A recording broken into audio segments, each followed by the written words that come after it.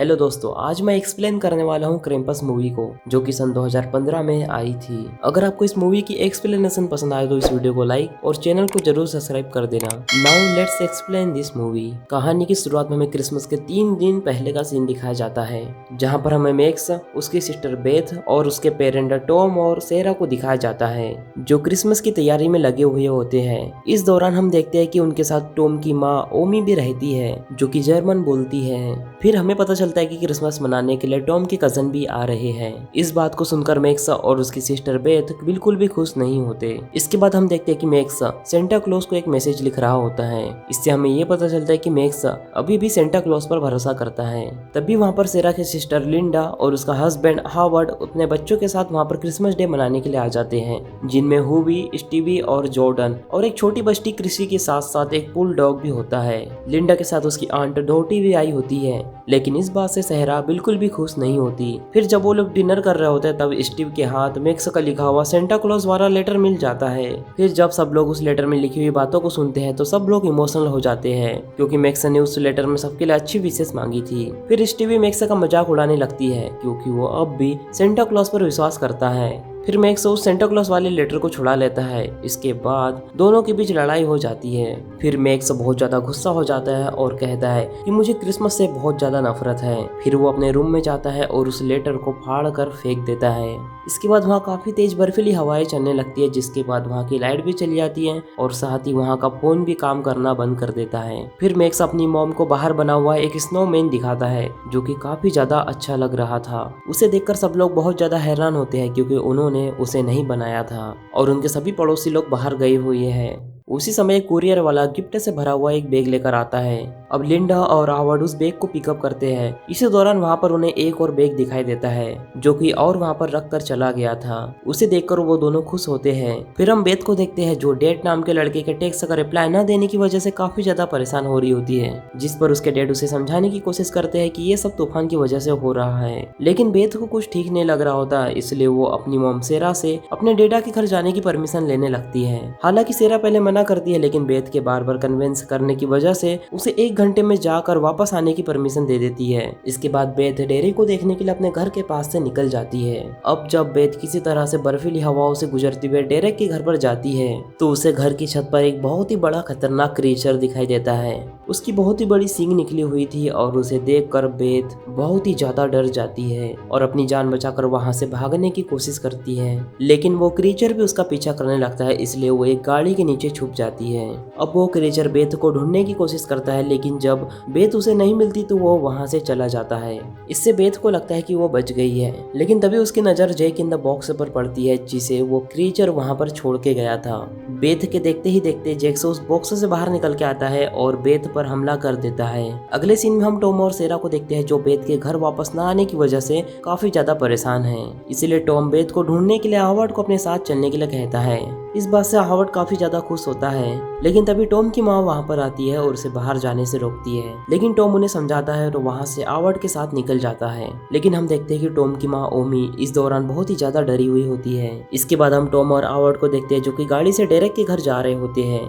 लेकिन रास्ते में उन्हें एक गाड़ी खड़ी हुई दिखाई देती है। जब वो लोग उसे चेक करते हैं तो उन्हें ऐसा लगता है कि उसके ड्राइवर पर किसी ने जानबूझकर हमला किया था, जिससे वो दोनों ही काफी ज्यादा हैरान होते हैं। फिर वो डेरेक के घर जब पहुंचते हैं तो हावर्ड गाड़ी में रखी हुई अपनी गन को निकालता है और एक पिस्टल टॉम को भी देता है। ये देखकर टॉम काफी ज्यादा हैरान होता है। खैर, जब वो दोनों घर के अंदर पहुंचते हैं तो वो देखते हैं कि घर की हालत काफी ज्यादा खराब है और सारा सामान इधर उधर बिखरा हुआ है। ऐसा लग रहा था कि किसी ने डेरेक पर हमला किया हुआ है। ये देखकर वो दोनों काफी ज्यादा परेशान होते हैं, क्योंकि बेथ भी वहाँ पर नहीं थी। तभी उन्हें वहाँ पर जानवरों के पैरों के निशान दिख रहे थे, जो कि कोई आम जानवर के पैर के निशान नहीं थे। इससे पहले कि वो कुछ समझ पाते, उन्हें बेथ की आवाज सुनाई देती है, जो कि उनसे हेल्प मांग रही होती है। उसकी आवाज सुनकर टॉम उसकी तरफ भागने की कोशिश करता है। तभी वो क्रीचर बर्फ से बाहर निकलता है और हावर्ड को बर्फ में खींचने लगता है, लेकिन टॉम उसे बचाने की कोशिश करता है। जब टॉम समझ जाता है कि वो हावर्ड को नहीं बचा पाएगा, तब टॉम क्रीचर को गोली मार देता है, जिससे वो क्रीचर वहाँ से भाग जाता है। इस दौरान दौरान आवड के पैर में भी काफी ज्यादा चोटें लग गई थी, इसलिए वो गाड़ी के पास वापस जाने लगते हैं, लेकिन उस क्रीचर ने उनकी गाड़ी भी पूरी तरह से तबाह कर दी थी।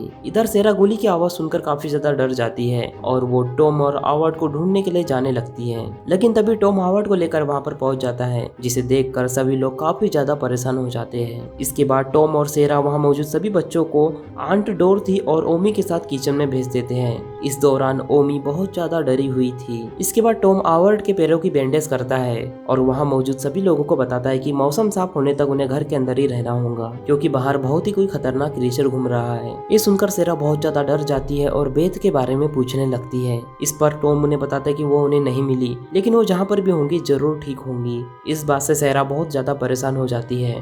तभी वो लोग देखते हैं कि उनकी बातें वहाँ खड़े बच्चे भी सुन रहे हैं, लेकिन लिंडा सभी बच्चों को समझाकर वहाँ से ले जाती है और उन्हें सुला देती है। इसके बाद टॉम और आवड डिसाइड करते हैं कि वो दोनों बारी बारी से पहरा देंगे। आवड पहले पहरा देने का डिसाइड करता है, लेकिन थोड़ी देर के बाद आवड के साथ साथ सभी लोग सो जाते हैं। तभी जलती हुई चिमनी से एक हुक अंदर आता है, जिसमें छोटी सी टेडी बियर वाला एक केक लगा हुआ था। तब उस हुक में लगे हुए घुंघरू बजते हैं, तब वहाँ पर हुबी जाग जाता है और उस ब्रेड को खाने लगता है, लेकिन तभी वो ब्रेड बोलने लगता है और हुबी के कुछ करने से पहले ही उसे जंजीरों में लपेट लेता है और उसे बाहर खींचने लगता है। लेकिन उसकी आवाज सुनकर सभी लोग जग जाते हैं और उसे बचाने की कोशिश करने लगते हैं। अब सभी लोग हुबी को बचाने की कोशिश कर रहे थे, लेकिन इसमें सभी लोग नाकाम हो जाते हैं। इससे सभी लोग बहुत ज्यादा डर जाते हैं। वहाँ मौजूद सभी लोगों को कुछ नहीं समझ आ रहा होता, क्योंकि आवड को पहरा देते समय नींद लग गई थी और इसीलिए उसे ऐसा लगता है कि यह सब उसकी गलती की वजह से हुआ है। तभी ओमी बताती है कि ये किसी एक की गलती की वजह से नहीं, बल्कि सभी की गलती की वजह से हुआ है। तभी ओमी बताती है कि ये किसी एक की गलती से नहीं, बल्कि सबकी गलती से हुआ है। और इसके बाद वो अपने बचपन की कहानी सुनाती है कि जब वो छोटी थी तब क्रिसमस के टाइम लोग काफी ज्यादा लालची हो जाते थे। वो एक दूसरे की हेल्प करने के बजाय एक दूसरे से चीजों को छीन लिया करते थे, और ओमी के पेरेंट्स भी ऐसे ही थे। लेकिन ओमी को सेंटा क्लॉज और जादू पर विश्वास था, इसलिए वो अपने पेरेंट्स को भी उन पर विश्वास दिलाने की कोशिश करती है, लेकिन वो उसकी कोई भी बात नहीं सुनते। इससे ओमी का भी विश्वास टूट जाता है। इसी वजह से वहाँ पर क्रेम्पस की बजाय एक काली आत्मा आ गई, जिसे क्रेम्पस कहा जाता है। उसके साथ साथ वहाँ पर उसके कई सारे साथी थे, जिसे क्रेम्पस ने मार दिया, जिसमें ओमी के पेरेंट्स भी शामिल थे। लेकिन उस क्रेम्पस ने ओमी को जिंदा छोड़ दिया ताकि वो उसके बारे में लोगों को बताए। ये सुनकर सभी लोग बहुत ज्यादा डर जाते हैं, लेकिन हावर्ड को इस कहानी पर बिल्कुल भी विश्वास नहीं था, इसीलिए वो होबी को बचाने के लिए बाहर जाने लगता है। लेकिन वहाँ मौजूद सभी के सभी लोग बहुत ज्यादा डर गए थे, लेकिन वो किसी की नहीं सुनता और घर का दरवाजा खोल कर बाहर जाने की कोशिश करता है। तभी वहाँ पर किसी के होने का एहसास होता है और तेज हवा चलने लगती है, जिससे सेरा बहुत ज्यादा डर जाती है और हावर्ड को घर के अंदर वापस खींच लेती है और दरवाजा बंद कर देती है। अगले सीन में हम लिंडा को देखते हैं, जो कि गिफ्ट के बैग से निकला हुआ गिफ्ट चेक करने लगती है। उसे गिफ्ट के अंदर से आवाज आने लगती है, लेकिन इससे पहले कि वो उस गिफ्ट को खोलती, वहाँ पर सेरा आ जाती है और बताती है कि टॉम को तुमसे और हावर्ड से कुछ बातें करनी है, और उसे वहाँ से लेकर चली जाती है। फिर टॉम उनको बताता है कि हमें जो गाड़ी मिली थी उसकी मदद से हम यहाँ से निकल जाएंगे और उसकी मदद से हम मॉल तक पहुँच जाएंगे, लेकिन अगर मॉल खाली हुआ तो हम तब तक चलते रहेंगे जब तक हमें रोशनी और लोग न मिल जाए, और इसके बाद वो वापस आएंगे और होबी और बेथ को बचा कर ले जाएंगे। खैर वो सभी लोगों को वहीं पर छोड़कर होबी और बेथ को वापस बचाने के लिए आने का प्लान करते हैं। इधर हम देखते हैं कि गिफ्ट बॉक्स में मौजूद खिलौने जिंदा हो चुके हैं और वो बाहर आने की कोशिश कर रहे हैं। तभी स्टीवी और जॉर्डन बाथरूम होने के लिए ऊपर गए होते हैं, लेकिन उसी समय उन्हें बेथ की आवाज सुनाई देती है। वो लोग उनकी तरफ बढ़ते हैं और उनसे बात करने की कोशिश करते हैं, लेकिन वो उन पर हमला कर देती है, जिसके बाद उनकी चीख सुनकर सेरा, लिंडा और टॉम ऊपर आते हैं और वो देखते हैं कि सारे गिफ्ट बॉक्स फट चुके हैं और उनके अंदर के सारे खिलौने गायब हो चुके हैं, और ये देखकर वो सभी लोग बहुत ज्यादा डर जाते हैं। इधर हावर्ड भी किसी की आवाज सुनकर किचन में जाता है। इस दौरान वो भी बहुत ज्यादा डरा हुआ होता है। इधर हम टॉम को देखते हैं, जो कि आगे बढ़ रहा होता है और उसे बहुत बड़ा जोकर का खिलौना दिखाई देता है। वो बहुत ही डरावना और खतरनाक दिख रहा था, जिसे देखकर सारे लोग बहुत ज्यादा डर जाते हैं। अब इससे पहले कि टॉम उसे मार पाता, वो वहाँ से भाग जाता है। इधर हावर्ड पर भी छोटे छोटे खिलौने नेल गन से अटैक करने लगते हैं, लेकिन वो उन पर शूट कर देता है, जिसके कारण वो जलने लगते हैं। लेकिन उनमें से एक खिलौना उस पर अटैक करने लगता है, लेकिन तभी रोजी वहाँ पर आ जाती है और उस खिलौने को खा लेती है। इसके बाद टॉम, सेरा और लिंडा पर भी कई सारे खिलौने अटैक करते हैं और उनमें से एक खिलौना सेरा को लटका कर मारने वाला होता है। तभी लिंडा की नजर स्टीवी पर पड़ती है, जो कि कुछ ही दूरी पर बेहोश पड़ी हुई थी। उसकी मदद करने के लिए वो अपने ऊपर अटैक कर रहे खिलौने की आंख पर अटैक करती है और उसे चाकू उसे मार देती है। इसके बाद वो सेरा को भी उन खिलौने से छुड़ाती है और जोर्डन को ले जा रहे खिलौने को रोकने की कोशिश करती है, लेकिन वो जोकर वहाँ से भाग जाता है। इसके बाद वो स्टीवी को चेक करती है जो कि अभी तक जिंदा थी। इसके बाद सेरा टॉम पर अटैक कर रहे खिलौने के ऊपर भी गन से शूट कर देती है और उन्हें भी मार देती है। तभी उन्हें मैक्स की आवाज सुनाई देती है और जब वो लोग नीचे पहुंचते हैं तब वो जोकर भी छत को फाड़कर नीचे पहुंच जाता है और आवर्ड उस पर अटैक करने लगता है, लेकिन खिलौने वहां पर पहुंचकर आवर्ड के ऊपर अटैक करने लगते हैं। तभी आंट डोरथी शॉटगन उठाकर सभी खिलौनों को शूट कर देती है। जब डोरथी जोकर पर अटैक करने लगती है तब बहुत सारे क्रीचर आकर उस पर अटैक कर देते हैं और उसके साथ साथ लिम्डा की बेटी क्रिसी और हावर्ड को भी उठाकर ले जाते हैं। फिर वो सब जान बचाकर वहां से निकलने की कोशिश करते हैं, लेकिन ओमी क्रेम्पस का सामना करने के लिए वहीं पर रुक जाती है। हालांकि टॉम उसे ऐसा करने से मना करता है, लेकिन वो उसकी एक भी नहीं सुनती।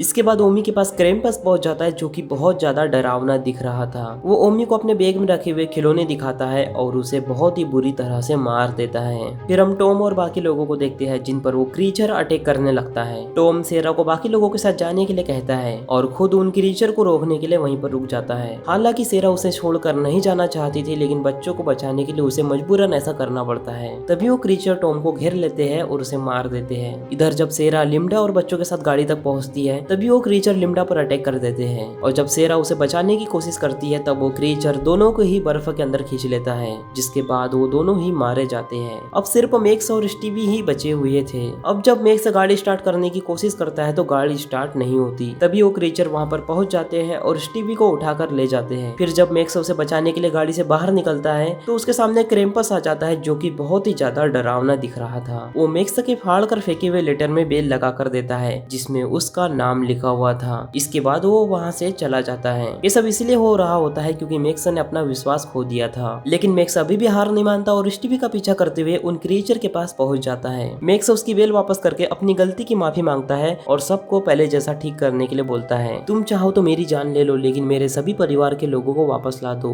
तभी वहाँ पर बहुत बड़ी खाई बन जाती है जिसमें बहुत सारा लावा भरा हुआ था और वो क्रीचर स्टीवी को उसके अंदर फेंकने वाला होता है। मैक्स इस दौरान रो रहा था। क्रेम्पस उसके आंसू पोंछने लगता है, लेकिन इसके बाद वो सब हंसने लगते हैं और देखते ही देखते स्टीवी के साथ मैक्स को भी उस खाई में फेंक दिया जाता है। फिर हम अगले सीन में देखते हैं कि मैक्स अपने बेडरूम में सो रहा है और सबको जिंदा देखकर वो काफी ज्यादा खुश हो जाता है। मैक्स को लग रहा था कि सिर्फ वो एक सपना देख रहा था। फिर सारे बच्चे अपने अपने गिफ्ट बॉक्स को खोलते हैं। मैक्स को अपने बॉक्स में वही बेल दिखाई देती है जो उस क्रिएचर ने उसे दी थी, जिसे देखने के बाद वो काफी ज्यादा हैरान होता है, लेकिन इसके बाद वो इस चीज को इग्नोर कर देता है। इसके बाद हमें दिखाया जाता है कि उनका पूरा घर एक ग्लास के पॉट में बंद है, यानी कि मैक्स की फैमिली अभी भी क्रेम्पस की कैद में है। और इसके बाद हमें ये भी दिखाया जाता है कि क्रेम्पस ने बहुत सारी ऐसी फैमिली को कैद कर वहां पर रखा था। और इसी के साथ ये मूवी भी यहीं पर खत्म हो जाती है। तो हमने देखा कि मैक्स ने अपनी फैमिली में हो रहे झगड़े के कारण क्रिसमस से इंटरेस्ट खो दिया और इसी गलती की वजह से वहां पर आया क्रिसमस का शैतान क्रेम्पस, जिसके बाद मैक्स और उसकी फैमिली को क्रेम्पस ने सजा दी। और आखिरी में हमने देखा कि उस क्रेम्पस ने मैक्स की फैमिली के सभी मेंबर को एक पॉट में बंद करके रखा है और मैक्स इस बात से अनजान है। और इसी के साथ ये कहानी खत्म हो जाती है। तो दोस्तों, अगर आपको इस मूवी की एक्सप्लेनेशन पसंद आई हो तो इस वीडियो को लाइक और चैनल को सब्सक्राइब कर दीजिए। बाकी मैं मिलूंगा आपसे न्यू वीडियो में, तब तक के लिए बाय।